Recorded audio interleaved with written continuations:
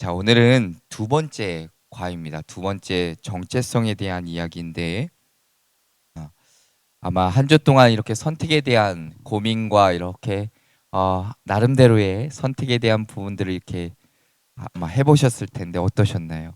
선택과 결단이라는 저번 주에 우리 한 주 배웠잖아요. 네, 우리가 어떤 선택을 했는가 이런 것도 한번 좀 돌아볼 필요는 있겠죠. 하나님 마음에 아니면 그리스도인으로서 내가 정말 올바르게 택하고 선택했는지 뭐 그런 것들 고민해 볼 필요가 있을 것 같습니다. 자, 오늘은 이제 정체성에 대한 이야기를 좀 함께 하려고 합니다. 자, 정체성에 대한 이야기가 오늘 그 과제 교재를 보시면 내용이 좀 많아요.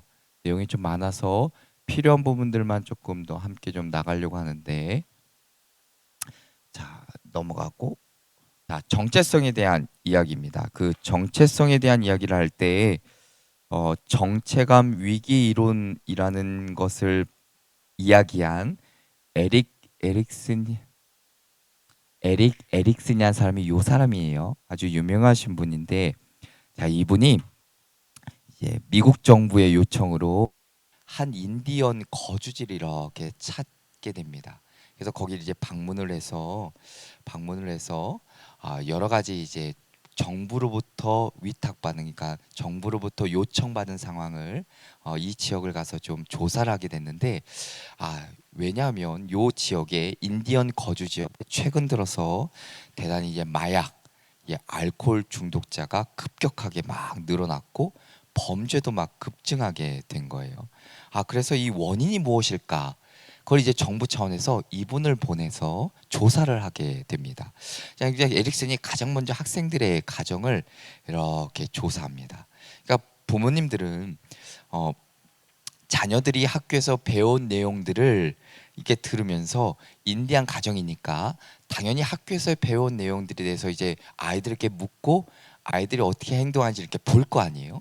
근데 보는 순간에 뭐라고 아이들에게 얘기했냐면, 야, 너희들 왜 백인처럼 생각하고 말하느냐라고 호되게 야단을 쳤다고 해요.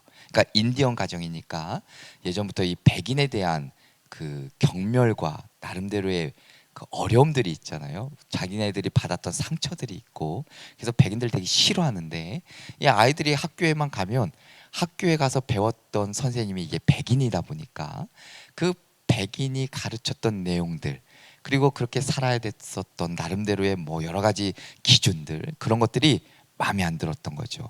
자, 그래서 백인처럼 왜 생각하고 말하느냐라고 이렇게 호되게 야단을 칩니다. 자, 그걸 이제 이 사람이 발견을 하게 된 거예요. 자, 그리고 이제 반대로 이제 학교를 찾아가게 되는데, 학교를 찾아가서 가만히 보니까 어 정부에서 파견된 교사들이 이 가정에서 교육받은 대로 행동한 학생들에게 역으로 묻는 거죠. 야, 너는 왜 우리가 가르쳐 준 대로 행동하지 않느냐라고 다시 되묻기를 시작했다는 겁니다. 자, 그러니까 벌판에서 이렇게 살아가는 인디언들이 가지고 있는 습성이 있을 거 아니에요. 삶에 나름대로의 자세가 있고 태도가 있을 텐데, 선생들은 그거를 고치려고 좀 바르게 키워보려고 노력했는데 오히려 그게 역효과가 났다는 것을 이 학자가 발견하게 됩니다. 자, 그래서 이 학자가 중요하게 아주 심각한 문제로 꼽았던 것은 무엇이냐면, 이 아이들이 이제 가정에서도 학교에서도 내가 누구인지 어떻게 살아가야 되는지를 배우지를 못하게 돼요. 그걸 이 에릭슨 학자가 발견하게 됩니다. 그러니까 이곳에서 심각한 사회 문제의 원인이 어디서부터 왔을까 곰곰이 연구를 해보니까, 정체성을 잃어버린 아이들이 그들이 느끼는 무력감이 있고 좌절감이 있고 상실감이 있고 실패가 있었다는 것을 발견하게 됩니다. 그러니까 결국에는 교육도 마찬가지고 세상도 마찬가지고 교회도 마찬가지고 우리가 예수님의 제자로 살아가는 것, 성도가 가져야 될 가장 중요한 바른 정체성인데, 우리가 이 정체성을 올바로 갖는 사람이 되어야 우리 삶에 그래도 하나님 보시기에, 그리고 우리의 세상 기준에서도 어긋남 없이 바르고 올바르게 살아갈 수 있는 방법이라는 것을 우리가 발견할 수 있습니다. 자, 그래서 한 가지의 여기, 자, 이거는 글씨가 깨졌는데 나는 땡땡땡입니다 라는 문장이 하나 있습니다. 자, 지금 이렇게 펜을 들어보셔서 펜을 들으시고 자, 그 여백에다 한번 써보셔요.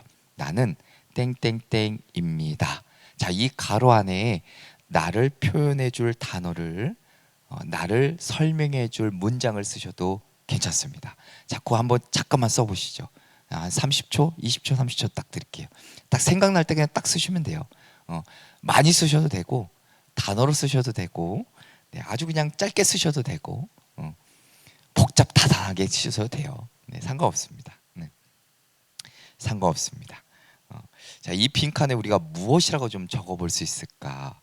자, 이 질문은 흔히 얘기하는 자아 정체성을 알아보는 질문이라고 합니다. 그래서 지금 여러분들이 지금 쓰고 계시는 뭐라고 쓰셨어요? 부지런한 사람입니다. 부럽습니다. 우리 수동대님은 뭐라고 쓰셨어요? 나약하고 게으른 인간입니다. 너무 자기에 대해서 너무 겸손히 쓰신 거 아니야? 우리 권사님 뭐라고 쓰셨어요? 전도하는 사람입니다라고 쓰셨을 것 같은데.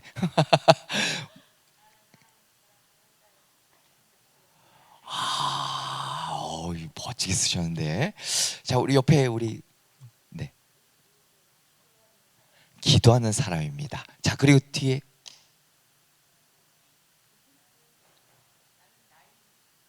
나는 나는 나입니다. 대단히 철학적인 이야기인데. 우리 옆에는 어떻게 쓰셨어요? 순종하려고 노력한 사람입니다.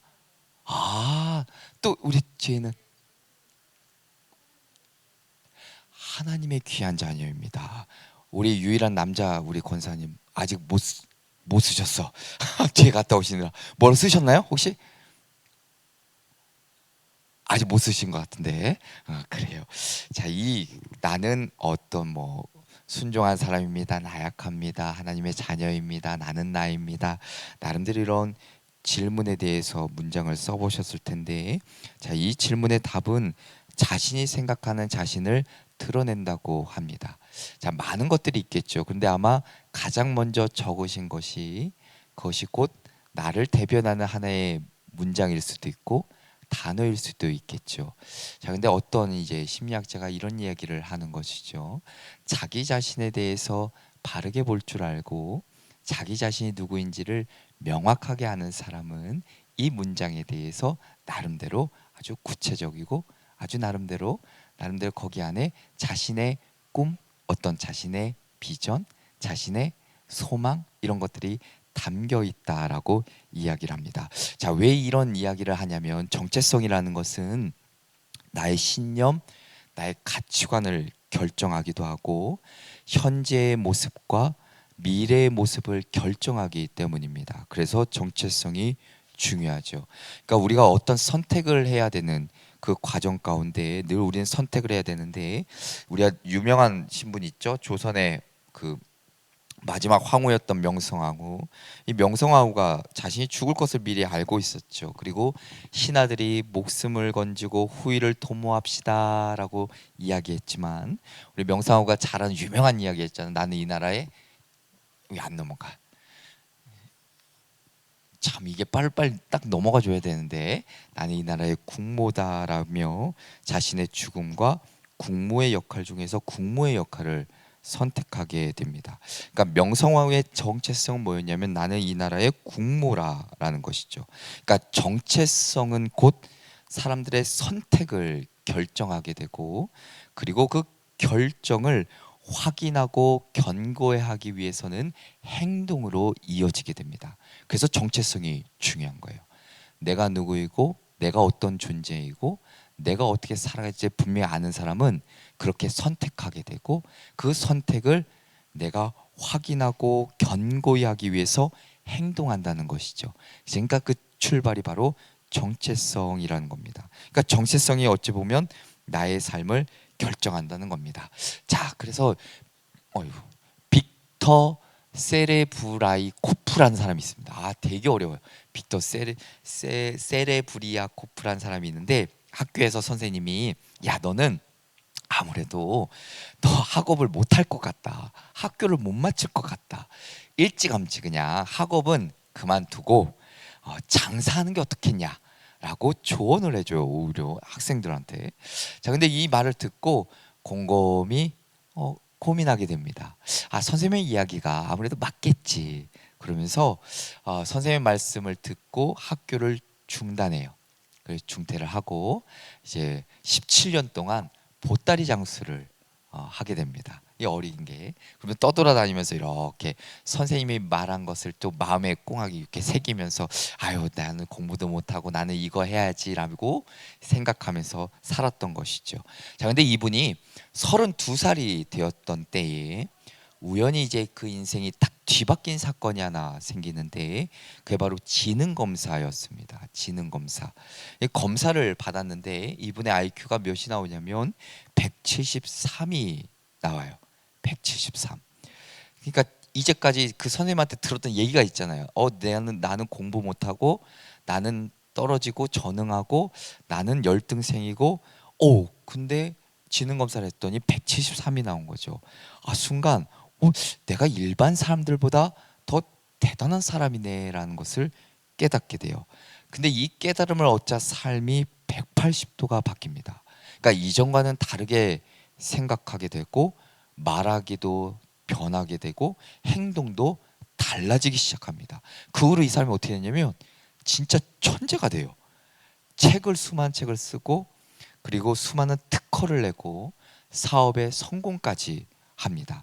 나중에 이 사람이 무슨 사람이 되냐면 바로 우리가 들어봄직한 멘사 소사이어티 회장이 바로 이분입니다. 이분이에요.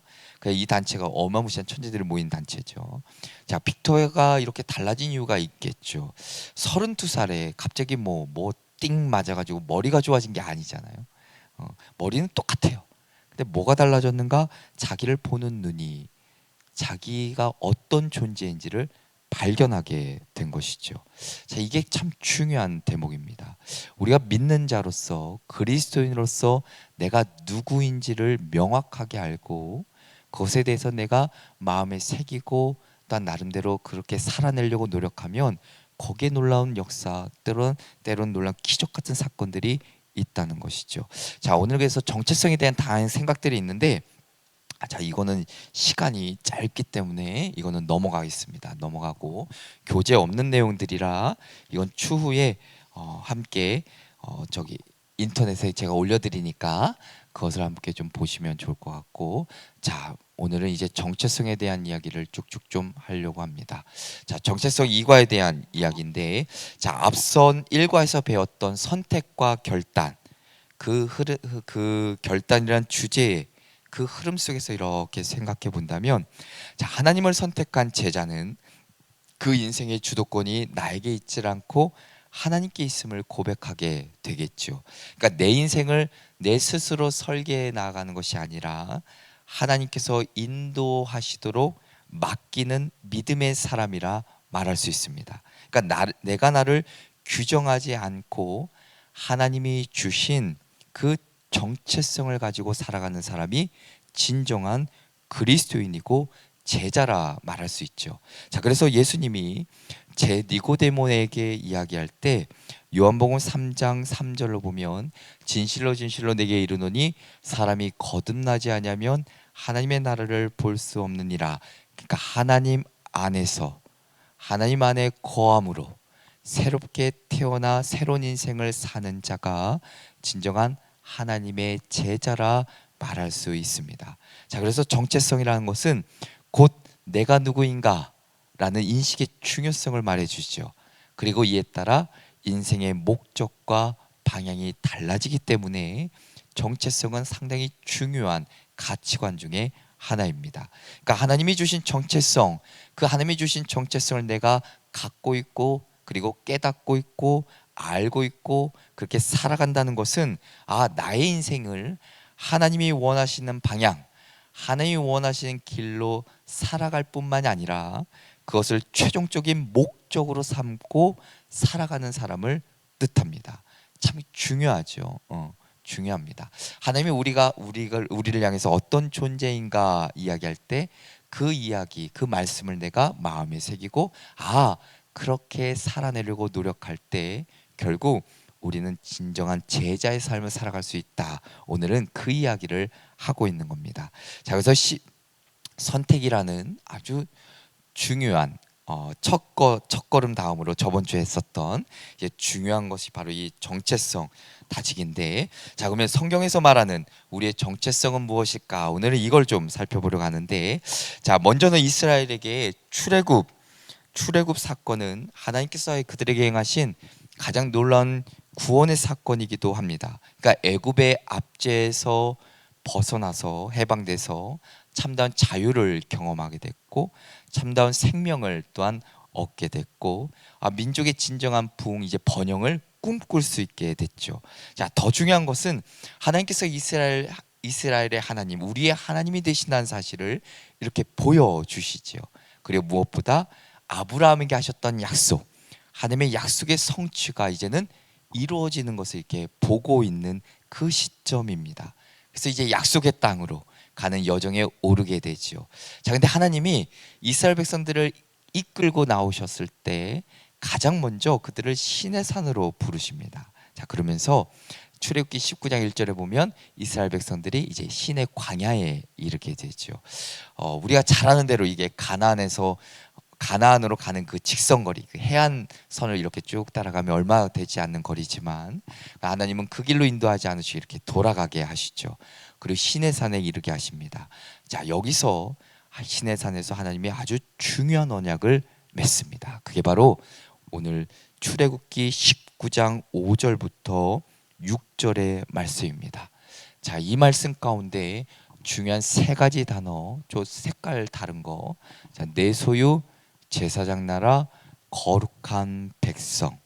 자, 시내산 언약이라고 불리는 이 말씀은 하나님과 이스라엘 사이에 맺어진 언약을 보여주고 있는데, 자, 그들 가운데 하나님은 이 언약 가운데 구원받은 백성, 그러니까 제자들의 세 가지의 특징을, 정체성을 보여줍니다.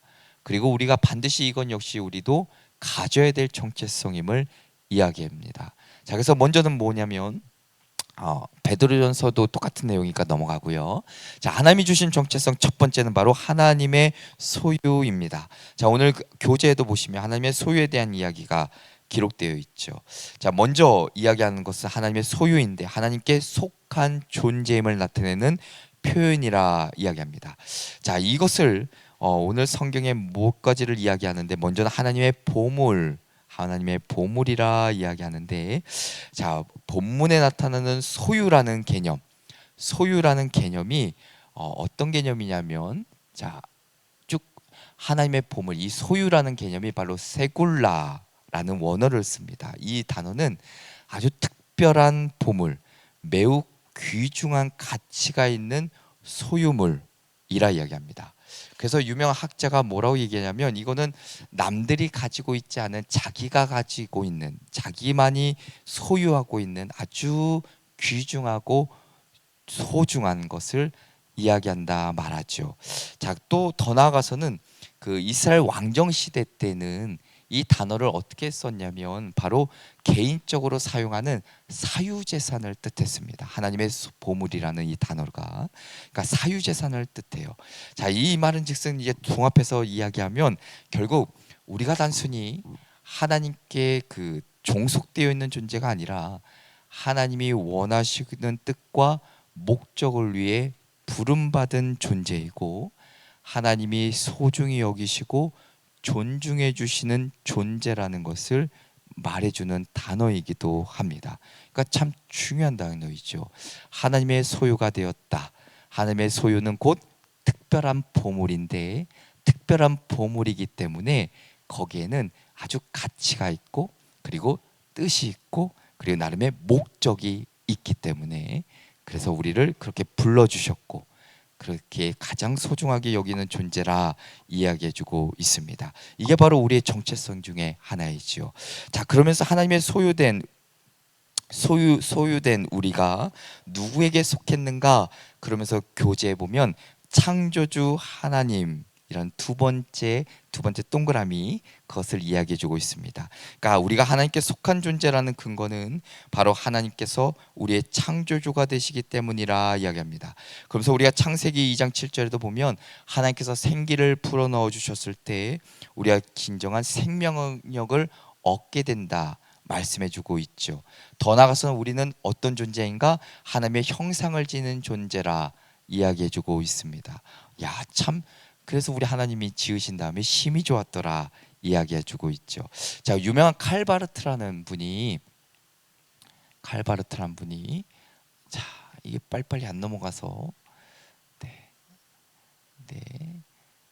자, 칼바르트라는 분이 우리의 존재에 대해서 이렇게 얘기해 주는데, 자, 우리가 흙으로 지어진 존재라는 성경의 증언은 한계가 있는 유한한 피조물이란 사실을 상기시켜 줍니다. 그럼에도 하나님은 하나님의 형상을 지닌 존귀한 존재로 우리를 만들어 주셨습니다라고 이야기합니다.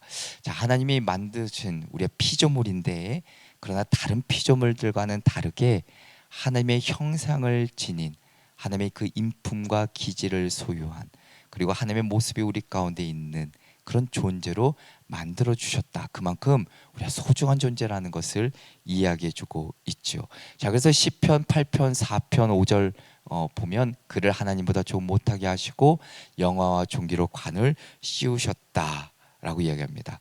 자, 그러니까 우리가 제자의 삶, 어찌 보면 제자의 목표라는 관점에서 하나님의 형상의 의미를 생각해 본다면, 참 하나님의 형상이신 예수 그리스도의 삶을, 그 모습을 닮아가는 것, 그건 참 중요하다 이야기할 수 있겠죠. 자, 또 하나는 바로 구원자 하나님인데, 하나님이 주신 정체성 가운데 세 번째 구원자 하나님입니다. 하나님은 창조주이실 뿐만 아니라 우리의 구원자가 되어 주신다. 그래서 압제 속에 있는 노예에서 하나님의 언약 백성으로서의 신분이 새롭게 변하게 하신 그 은혜를 우리에게 허락해 주셨다라고 이야기합니다. 그리고 더 나아가서는 죄로 인해 하나님과 멀어졌던 우리가 예수 그리스도를 통해서 그 관계가 회복되었음을 또한 우리는 잊지 말 것을 이야기해 주죠. 그래서 이사야서 43장 3절에 보면 대전하는 여호와 내 하나님이요 이스라엘의 거룩한 이요 내 구원자임이라 말해주고 있습니다. 제가 이걸 하면서 늘 느끼는 거지만 교재가 어려워요. 자, 어려운데 간단하게 얘기하면 하나님의 소유인데, 하나님의 소유된 우리가 어떤 존재인가? 하나님의 소유된 자녀인데, 하나님의 소유된 자녀이기에 우리는 되게 소중한 거고, 그리고 하나님이 우리를 창조하셨기 때문에 하나님의 형상을 소유한 자이기 때문에 가치 있는 자이고, 그리고 하나님이 우리를 예수 그리스도를 통해서 구원해 주실 만큼, 그러니까 구원자인 예수 그리스도 우리에게 보내주실 만큼 우리의 존재는 대단히 소중한 특별한 존재라는 것을 이 세 가지로 이야기해 주는 거예요. 그러니까 간단하게는 그렇게 말해주고 있는 거고, 자, 두 번째는, 자, 오늘 이제 두 번째는 뭐냐면 제사장 나라라 이야기합니다. 제사장 나라. 자, 하나님이 우리에게 주시는 정체성 두 번째는 바로 이 제사장 나라 있는데, 자, 두 번째로 언급되어 있는 정체성 바로 제사장 나라입니다. 바로 이스라엘과 우리와 이웃 열방의 관계를 강조하는 표현이다라고 교재에 써 있죠. 그러니까 신앙이라는 것은 하나님과 나의 관계로부터 출발하지만 그것이 결국 나와 다른 사람과의 관계로 이어져야 된다는 것을 뜻합니다. 그러니까 하나님과 나의 관계가 맺어지기 위해서는, 한 개인의 신앙이 형성되기 위해서는 타인의 공동체의 도움이 절대적으로 필요하다는 것도 뜻합니다. 그래서 제사장 나라에 대해서 몇 가지를 설명해 주는데, 자, 먼저 제사장의 가장 기본적인 직무는 하늘과 땅을 잇다라고 교재에 기록되어 있죠. 결국 이것은 하나님과 사람을 이어주는 역할을 감당하는 것이 바로 이 제사장의 역할입니다. 자, 그러면 제사장이 구체적으로 무슨 일을 하는가? 오늘 교재에 보면 백성들을 가르치는 일을 하고, 그리고 두 번째는 백성들이 하나님께 제사를 드릴 수 있도록 돕는 일을 하고, 그리고 세 번째는 이스라엘의 속죄를 위해서 지성소로 나아가는 일을 하지요. 그러니까 구약 시대 우리가 잘 아는 대로 하나님께서 직접적으로 임재하시는 성소, 그 지성소에 1년에 한 번 대제사장이 이렇게 나가죠. 그러니까 온 백성들의 죄를 짊어지고 그리고 부정한 것을 정결하게 하기 위해서 대속죄일을 지키게 됩니다. 이를 통해 이스라엘은 하나님의 용서, 그 화해를 체험할 수 있죠. 자, 구약이 그렇다면 이제 히브리서 기자 신약에 가서는 예수님께서 우리의 진정한 대제사장이 되신다라고 얘기합니다. 자, 그러면서 그분의 십자가의 죽으심은 우리의 구원을 이루게 된 유일의적이고 단 한 번의 사건이라 이야기하고 있죠. 그러니까 예수 그리스도를 통해 예수 그리스도 안에서 하늘과 땅이 온전히 이어질 수 있고 대제사장 예수님을 의지하여 우리는 하나님 앞에 담대하게 설 수 있다. 아, 무지하게 어려워요. 이게 교재 내용인데 그냥 제사장의 나라라는 것은 결국에는 두 번째 이제 여기까지만 설명하고 말씀드리려고 하는데, 만인 제사장의 표현을 또 쓰지요. 그 교재에 보면. 그래서 만인 제사장, 누구나 다 제사장의 역할을 감당할 것을 이야기해 주고 있는 것이고, 자, 그다음에 세 번째는 뭐죠? 세상을 하나님께로. 자, 이 세 가지인데, 자, 이게 교재가 조금 어려운 내용들이 담겨져 있지만 우리가 아주 간략하게 얘기하면 우리의 정체성 중에 두 번째는 제사장 나라입니다. 자, 제사장의 역할이 있어요. 앞서 얘기한 대로 백성들을 가르치고 하나님께 제사 드릴 수 있도록 돕고 이스라엘 속죄를 위해서 지성소로 나아가야 될 역할이 있습니다. 자, 근데 그 대제사장의 역할을 신약에 이렇게 들어와서는 예수님이 대신하셨죠. 그리고 그 한 번으로 휘장을 쫙 가르신 다음에 한 번으로 끝내버리셨죠. 그리고 예전에는 대제사장만 하나 이렇게 나아갔는데 신약 시대에 와서는 누구나 다 하나님 앞에 나아갈 수 있는 존재로 변화시켜 주셨습니다. 그러니까 제사장 나라라고 이야기하는 것은 결국 우리의 정체성이 어떤 정체성이냐? 예수 그리스도를 통해 하나님과 우리 사이의 죄의 담을 헐어주시고 우리가 직접 하나님 앞에 나아갈 수 있는 은혜를 주셨을 뿐만 아니라 더 나아가서는 우리는 세상을 하나님께로, 누군가에게 하나님의 어떤 존재인지, 하나님의 어떤 사랑과 은혜가 여러분들에게 약속되고 섭리되고 계획되어 있는지를 전할 책임이 있는 거예요. 그게 바로 제사장 나라의 정체성입니다. 되게 어려운 것 같지만 무지하게 쉽게 이해하시면 바로 그런 겁니다. 우리는 제사장의 역할을 감당하는 존재들이다. 하나님 앞에 나아가고 또한 누군가가 하나님 앞에 나올 수 있도록 돕는 역할을 하는 것, 그것이 곧 제자된 삶이라는 것을 우리가 이 교제를 통해 또한 알 수 있죠. 자, 그 다음에 세 번째는 뭐냐면 바로 거룩한 백성입니다. 거룩한 백성. 자, 마지막 세 번째로 언급하고 있는 정체성은 바로 이 거룩한 백성이죠. 그러니까 이스라엘 백성들과 그리고 우리 자신의 삶을 이렇게 뒤돌아보았을 때 결국 우리가 지켜야 될 아주 성품 가운데 하나를 이야기해 주고 있습니다. 그러니까 거룩이라는 것은 하나님과의 관계 그리고 이웃과의 관계를 세워가기 위해서 반드시 지켜져야 될 신앙적이고 윤리적인 성품이라 이야기합니다. 자, 그러면서 이제 교재가 또 나와요. 교재가 또 나오는데, 자, 먼저 거룩하신 하나님에 대한 이야기입니다. 이 이야기는 아주 간단하게 얘기하면 하나님이 거룩하시기 때문에 우리도 거룩해야 된다 이 이야기예요. 하나님의 본질적인 속성이 거룩하기 때문에 제자인 우리 역시도 하나님의 형상을 닮은 우리도 하나님이 만드신 우리도 거룩해야 된다. 그거 기억하시면 돼요. 그래서 그 레위기서 14장 레위기 레위기 11장 44절에 보면 나는 여호와 너희 하나님이라 내가 거룩하니 너희도 몸을 구별하여 거룩하게 하고 라고 분명히 기록하고 있습니다. 그러니까 하나님이 거룩하신 분이기 때문에 제자인 우리 역시도 그 거룩함을 지키려고 노력해야 되는 것, 그것이 곧 정체성을 지키는 방법이라는 것이고, 또한 두 번째는 뭘 얘기하냐면 예배와 일상의 거룩이라 이야기합니다. 그러니까 예배, 하나님과의 관계 가운데 거룩해야 되는 것이고, 일상, 이웃과의 관계 가운데 거룩해져야 된다 이야기하고 있습니다. 자, 그러면서 몇 가지를 우리가 특징적으로 이야기할 수 있는데, 레위기를 보면 자, 우리가 레위기에는 몇 가지 좋은 예시를 소개해주고 있습니다.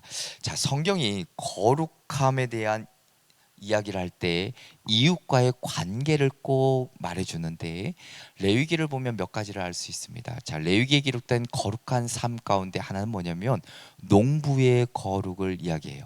자, 레위기 19장 9절에 보면 너희가 너희의 땅에서 곡식을 거둘 때에 너는 밭 모퉁이까지 다 거두지 말고 내 떨어진 이삭도 줍지 말며라고 얘기합니다. 자, 두 번째는 레위기의 고용주의 거룩에 대한 이야기도 합니다. 너는 내 이웃을 억압하지 말며 착취하지 말며 품꾼의 삭을 아침까지 밤새도록 내게 두지 말며라고 이야기합니다. 자, 세 번째는 뭐냐면 재판관의 거룩에 대해서도 이야기해요. 레위기 19장 15절부터 16절의 말씀이 바로 저겁니다. 너희는 재판할 때에 불의를 행하지 말며 가난한 자의 편을 들지 말고 세력 있는 자라고 두둔하지 말고 공의로 세상을 재판하고 쭉쭉쭉 나오죠. 재판관의 거룩에 대한 이야기도 기록되어 있고, 자, 그리고 장사꾼의 거룩 레위기 19장 35절 이하에 기록되어 있습니다. 그러니까 간혹 거룩의 개념을 하나님과 나 사이 그 관계에서 어떻게 살아갈 것인가 라고 생각에 머무는 것은 조금 좁은 의미이고, 우리가 거룩을 이야기할 때 성경은 거룩함이 이웃과의 관계 그리고 우리의 일상에서도 분명히 드러나야 될 삶이라는 것을 이야기합니다. 그래서 이 레위기에서 기록되어 있는 농부의 거룩이든 고용주의 거룩이든 재판관의 거룩이든 장사꾼의 거룩이든 이런 것들을 쭉 기록한 이유가 바로 삶에서도 그렇게 살아낼 것을 이야기해주고 있죠. 자, 그리고 세 번째, 우리 교재에 보면 보냄을 받기 위한 구별을 이야기해줍니다. 자, 거룩은 하나님 앞에서 세상과 구별되는 것이죠. 그리고 그 구별은 세상과 완전히 분리되는 것을 뜻하지는 않습니다. 구별의 목적은 결국 보냄을 받기 위한 거예요. 세상에 동화되지 않고 그 세상 가운데 살아가지만 거룩하고 구별된 존재로 살아가기를 바라시는 하나님의 마음을 우리는 잊지 말아야 한다는 것이죠. 그래서 창세기 18장 19절의 말씀도 그러하고 베드로전서 2장 9절의 말씀도 그러합니다. 그러니까 거룩하게 지낸다는 것은 세상과 담싸고 지낸다는 것이 아니라 세상 가운데서도 우리가 거룩함, 정결함을 세상 사람들과 다르게 꼭 지켜나갈 것을 성경은 이야기해주고 있습니다. 이게 바로 우리의 정체성이죠.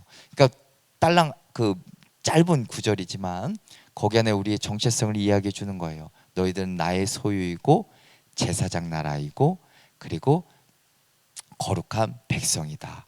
이 세 가지를 장황하게 교재에서 설명하고 있지만 그래도 우리가 잘 아는 말씀이니까 다시 한번 되짚어 보시면서 우리가 어떤 존재인가, 하나님의 소유된 존재이구나, 우리는 제사장의 역할을 감당해야 될 존재이구나, 우리는 거룩함을 지켜내야 될 존재이구나, 그렇게 생각하시면 돼요.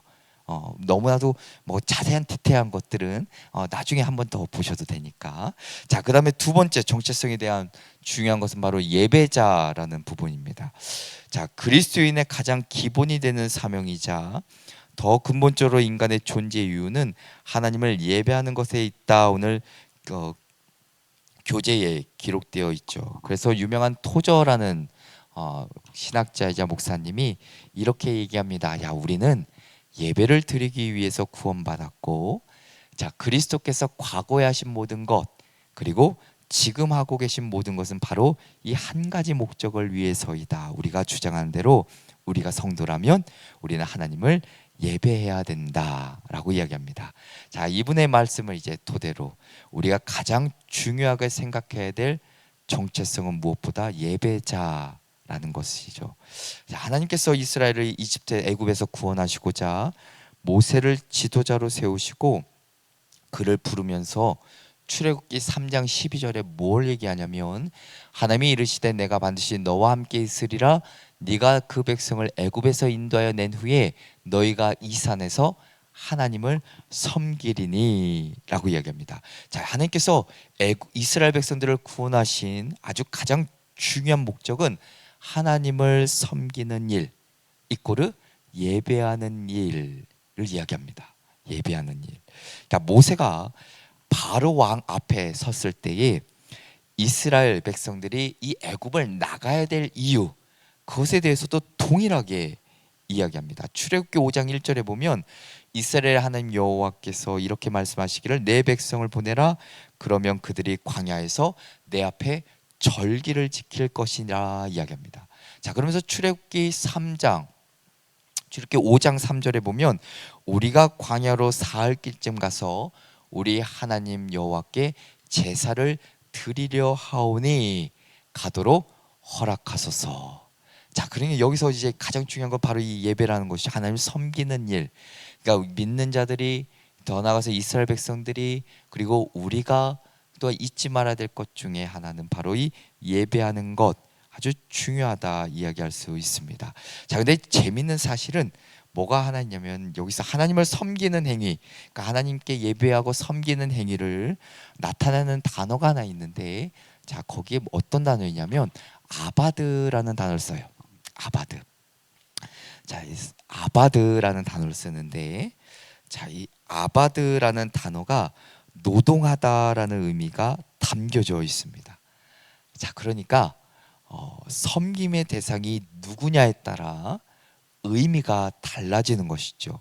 자, 대상이 바로, 그러니까 그 시대 애국 왕이라면 그 명령에 따라 감내해야 될 노동이 있는 것이고, 자, 반대로 하나님이라면 예배하고 섬기며 기쁨으로 일할 수 있게 된다는 것이죠. 이 단어 하나가 주는 의미가 바로 그렇습니다.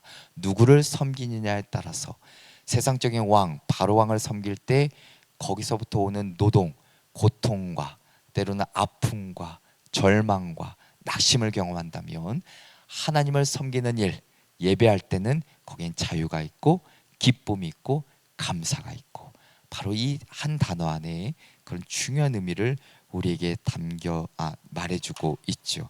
그러니까 우리의 섬김의 대상이 하나님만 되어야 된다라고 뜻하는 겁니다. 거기 안에 진정한 기쁨이 있고 행복이 있다는 것이죠. 자, 그러면서 많은 구약의 제사들이 있잖아요. 그 제사에 대한 이야기를 여기서 쭉 담고 있습니다. 그래서 5대 제사가 쭉 기록되어 있는데, 그 첫 번째 이제 번제 기록되어 있죠. 번제, 전체를 태워 모두 바치는 수직적 헌신의 제사, 뭐 이런 거 있고, 소제 있고, 화목제 있고, 속제제 있고, 속건제, 5개지 중요한 제사가 있는데, 자, 앞에 이미지 보시면 이렇게 요약되어 있습니다. 이렇게 번제, 소제, 화목제, 속건제, 속제제, 5대 제사. 그러니까 구약 시대에 애굽 이스라엘 백성들이 반드시 지켰던 하나님 앞에 예배했던 제사입니다. 이걸 뭐 다 지금 똘똘똘 암기해야 되냐, 그런 건 아니에요. 또 공지사항에 이 파일 다 올라가져 있으니까 나중에 꼭 다운로드 받아서 저것은 좀 이렇게 저장해서 보시면 좋을 것 같습니다. 자, 이 결국에는 이 5대 제사에 대한 이야기를 하면서 구약 시대에 이렇게 많이 이스라엘 백성들이 예배했습니다라는 것을 일러주는 것이고, 자, 더 나아가서는 번제를 드리는 과정을 오늘 좀 이야기하는데, 적극적인 예배라 지금 교재에 적고 있습니다. 자, 거기를 보면 순서가 있어요. 자, 제사의 순서가 있는데,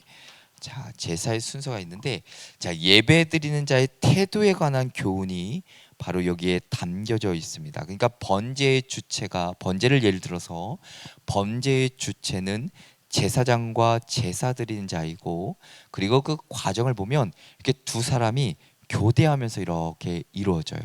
그러니까 먼저 제사 드리는 사람은 그 가지고 온 가축의 안수 위에 도살하고, 그리고 피를 양문에 이렇게 받죠. 양푼에 받는 역할을 바로 합니다. 그 제사장과 제사 드리는 사람이 각각 이 제사를 위해 해야 될 역할이 있는 거예요. 그리고 이제 두 번째는 제사장이 제단에 그 피를 뿌리는 역할을 하죠. 그 다음에 또 제사 드리는 사람은 그 가죽을 벗기고 각을 뜹니다. 그러니까 네 발이 다리를 이렇게 절단하고 내장을 제거하는 역할을 제사 드리는 사람이 또 해요. 그리고 또 제사장이 그 제단에 고기 덩어리를 이렇게 올리고 그리고 장작을 쌓기 쌓는 역할을 제사장이 하고 또 이제 그 다음에 제사 드리는 사람이 또 내장과 정강이를 손질하고 그 더러운 것들을 제거하고 그러면 제사장이 내장과 정강이를 올린 후에 태워버리고 고깃덩이 위에 그것을 올리는 역할을 합니다. 자, 여기서 이 교재가 이야기해주고 싶은 것은 자, 굳은 일, 그러니까 좀 어려운 일이에요. 그리고 손에 정말 피를 묻혀 해야 되는 일인데, 자, 그 굳은 일을 누가 다 하는가? 지금 제사 드리는 사람이 직접 하지요. 자기의 재물을 직접 죽이고 가죽을 벗기고 각을 뜹니다. 그러니까 내장과 정강이도 손질해야 돼요. 그러니까 재물을 바친 일에는 무엇을 말해주고 싶은 거냐면 그만큼 정성이 들어가야 되는 거예요. 자신의 노력이 들어가야 되는 거고 자신의 수고가 그 안에 있어야 되는 거예요. 자, 그래서 우리 예배를 이렇게 돌아볼 필요가 있겠죠. 우리가 예배 드릴 때 우리의 마음과 정성을 다해 최고의 것으로 하나님께 그렇게 예배하고 있는가 우리가 좀 돌아볼 필요가 있습니다. 예배자라면 우리 앞서 얘기한 대로 두 번째 큰 대지에 우리가 정체성 가운데 예배자라고 한다면 결국 이 구약 시대에 제사를 드리러 왔던 그 사람들의 마음, 그 수고, 그 노력, 그 정말 열심, 그 열정, 그것을 우리가 좀 본받을 필요 있겠다라고 이야기할 수 있을 것 같습니다. 자, 그 다음에 세 번째는 뭐냐면 예배 그 십자가의 의미를 담다라고 이야기하죠. 결국 이 십자가를 바라보면서 하나님을 향한 우리가 또한 다시 한번 그 구원해 주신 은혜에 감사하고 그 안에 또한 말씀에 순종하겠다 결단하고 더 나아가서 이웃을 향한 그 수평적인 나눔, 하나님의 사랑을 전하는 그 역할을 할 것을 우리에게 일러주고 있습니다. 자, 그래서 십자가를 늘상 우리가 예배 전에 오실 때마다 이렇게 보시잖아요. 십자가가 주는 의미가 참 깊은데 우리는 이게 십자가를 볼 때마다 옛날에 그 감격이 많이 좀 사라졌죠. 옛날에는 그 처음에 은혜 받을 때 이 십자가만 봐도 이렇게 막 눈물이 나시는 분도 있다고 하고 십자가만 봐도 그냥 마음이 뭉클하고 막 나의 그 연약하고 나의 죄된 모습들이 이렇게 되짚어보게도 되고 되돌아보게도 된다는데 요즘은 십자가를 보더라도 그렇게 큰 감격, 감동이 사라져 있는 것을 볼 때가 있습니다. 목사도 그래요. 교육자들도 그럴 때가 있어요. 어느덧 이렇게 십자가에 담긴 의미를 나름대로 잊어버릴 때가 있는 것이죠. 바쁘게 살다 보니 때로는 이렇게 정신없이 지내다 보니까 때로는 조금 소홀하다 보니까 그럴 때가 있습니다. 그러나 우리가 예배자라면 십자가가 주는 의미 역시도 우리가 꼭 마음에 새겨야 되겠다.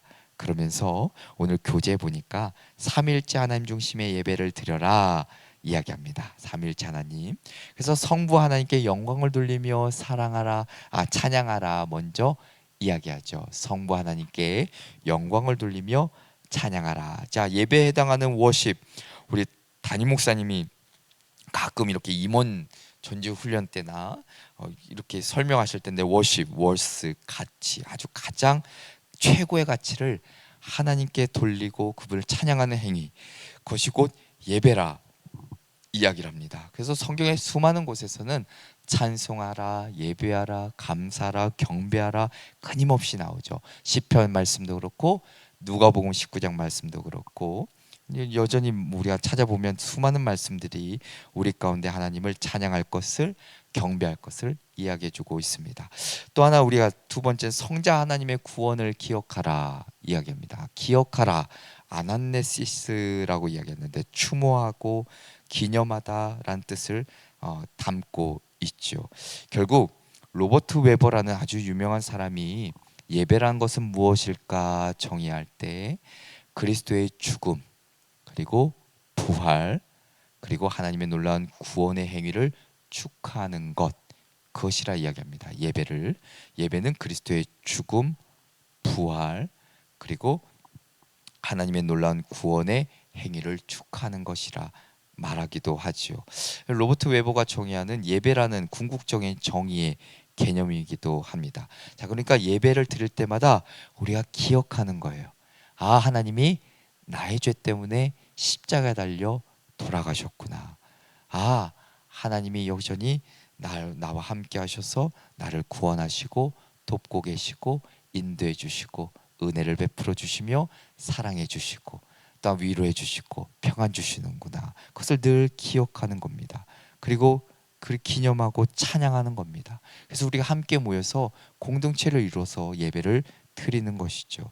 예수님을 통해 이루신 하나님의 그 구원의 궁극적인 사역을 기억하고 감사하며 예배하는 것, 이것은 반드시 우리에게 필요한 그리스도인의 정체성 중에 하나이죠.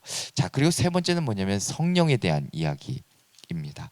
성령 하나님의 임재를 기대하라 이야기합니다. 그러면서 교재에 보니까 예배는 영적인 사건이기 때문에 반드시 성령 하나님이 함께 하셔야 된다라고 이야기하죠. 자, 그러면서 뿐만 아니라 성령은 우리를 변화시켜 세상으로 나아가게 하는 힘이 되어 주십니다. 그리고 성령이 함께 하실 때 예수 그리스도의 참된 증인으로 살아갈 수 있고 각종 치유와 이적과 은사와 능력이 나타나게 되지요.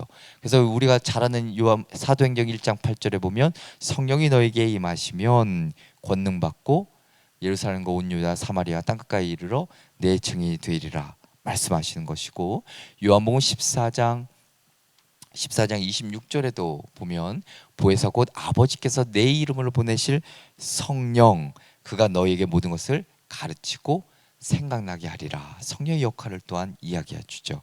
그리고 사도행전 4장 31절에 보면 자, 우리가 다 성령이 충만하여 담대히 하나님의 말씀을 전하니라. 성령을 통해서 우리의 입술을 열어 하나님의 말씀을 전할 수 있다는 것을 성경이 기록하고 있습니다. 자, 이 앞에 것은 아주 전초전이고, 자, 이게 가장 중요해요.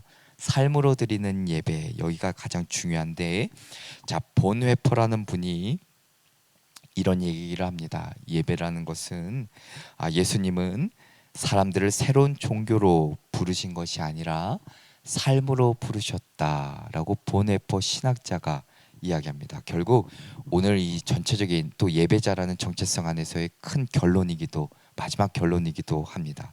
자, 예배란 결국 우리의 삶 전체를 드리는 것이죠. 앞서 얘기한 대로 성부 하나님께 영광을 돌리는 것도, 성자 하나님의 구원을 기억하는 것도, 성령 하나님의 임재를 기대하는 것도, 모든 것이 다 하나님 앞에 우리의 삶 전체를 드리는 것이어야 된다라고 말해주고 있습니다. 자, 그래서 서기관과의 대화에서 예수님이 무엇을 얘기하냐면 마가복음 12장 30절에 내 마음을 다하고 목숨을 다하고 뜻을 다하고 힘을 다하여 주 너의 하나님을 사랑하라 이야기합니다. 아주 압축해서 이야기해 주는 거예요. 자, 그러면서 네 가지를 이야기하죠. 마음은 결국 거기 옆에 빈칸이 있으시니까 써보시면 됩니다. 마음이라는 것은 결국 최고의 궁극적인 관심이 하나님께 있어야 된다는 것을 이야기하는 것이고, 자, 목숨을 다하고 결국 생명까지도 하나님께 드릴 수 있어야 되는 것이고, 자, 뜻을 다하고 모든 욕망과 갈망이 하나님을 향해야 되는 것이고 세상을 향해서는 안 된다는 겁니다.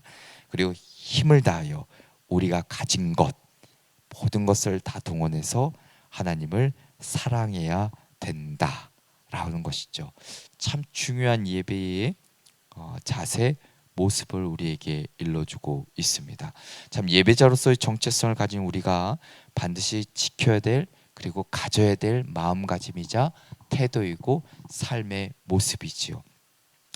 자, 마음과 목숨과 뜻과 힘을 다해 주 너의 하나님을 사랑하라. 자, 이 말씀이 우리의 고백이 되었으면 좋겠고, 또 이렇게 좀 우리가 예배자로서 살아가면 또 하나님께서 그 가운데 또 이렇게 살아갈 수 있는 능력과 힘을 주시지 않을까. 그리고 더 나아가서는 우리가 그렇게 살아갈 수 있도록 성령님께서 늘 지혜와 능력을 허락해 주시지 않을까 생각하게 됩니다. 자, 그래서 마지막으로 보면 이제 영과 진리로 드리는 예배, 예수님과 사마리아 여인의 대화 가운데 중요한 예배의 원리를 분명히 말씀해 주십니다. 예수님이 여인에게 하나님은 영이시니 예배하는 자가 영과 진리로 예배할지니라 이야기하죠. 자, 이 말인즉슨 하나님이 어디에든 계시니 어느 장소, 어떤 장소가 중요한 것이 아니라 중요한 것은 그 태도와 마음가짐이라 분명히 이야기합니다. 장소에 구애받지 않고 어디서든지 영으로 임하시는 하나님을 내가 온 힘을 다해 마음을 다해 뜻을 다해 진심으로 예배하면 그게 진정한 참된 예배가 될 수 있는 것이고 하나님과의 깊은 만남의 관계로 들어설 수 있다는 것을 이야기해 주는 말씀이기도 하지요. 자, 그리고 또 두 번째는 영적 예배 산제사라는 것을 두 번째 타이틀로 이야기해 주고 있는데, 자, 사도 바울이 로마서 12장 1절의 말씀처럼 너희 몸을 하나님이 기뻐하시는 거룩한 산제물로 드리라, 이는 너희가 드릴 영적 예배니라 이야기합니다. 이것은 제사라는 비유의 틀을 빌려서 그리스도인이 세상에서 살아갈 때 일상의 우리의 삶이 예배하는 삶으로 살아갈 것을 이야기해 주는 말씀이에요. 그러니까 제사라는 비유를 이렇게 가지고 온 거예요. 로마서 12장 1절의 말씀은. 그래서 우리의 삶이 늘 예배하는 삶으로, 매일매일의 시간이, 매일매일 하루하루가 하나님께 온전히 예배하는 삶으로 살아낼 것을 이야기해 주는 말씀이죠. 그리고 공동체 예배를 이야기합니다. 공동체 예배, 각자의 삶의 자리에서 드려진 예배도 중요하죠. 자, 그런데 우리가 놓치지 말아야 될 중요한 예배가 있다면 바로 이 공동체 예배입니다. 그러니까 초대교회를 보더라도 함께 모이기에 되게 힘썼는데 나름대로 마음이 맞고 생각이 맞고 뜻이 맞고 그리스도를 따르기로 결단한 자들이 모여서 아주 함께 밥도 먹고 교제도 하고 예배도 하고 다독이기도 하고 위로도 하고 말씀도 나누고 또 함께 묵상도 하고 대화도 하고 이렇게 했었던 것이죠. 결국 교회로 모이는 이유가 무엇일까? 오늘 교재에 보면 두 가지를 이야기해 줍니다. 개인의 정체성을 서로 함께 재확인하는 자리, 그리고 두 번째는 다시 삶의 자리로 나아가 예배케 하는 힘과 원동력을 얻을 수 있기 때문이죠. 그러니까 우리가 각자가 하나님의 제자로, 하나님의 나라의 백성이자 하나님의 소유된 자로 부름받았다는 사실을 이렇게 함께 예배하면서 확인하는 거예요. 야, 너도 그랬니? 나도 그래. 너도 불렀니? 나도 불렀어. 너도 그렇구나. 나도 그래. 너에게도 주신 사명이 있구나. 나에게도 이런 사명이 있단다. 이렇게 확인하는 거예요. 한 주 동안 세상에서 치열하게 살아갈 때 참 어렵고 힘들잖아요. 수많은 유혹이 있고 도전이 있는데 우리의 예배로 모일 때마다 하나님을 섬기는 같은 공동체로서 그것을 재확인하고 서로 힘을 주는 것이죠. 그럼 거기서 얻은 힘과 능력을 힘입어서 다시 한 주를 살아내는 겁니다.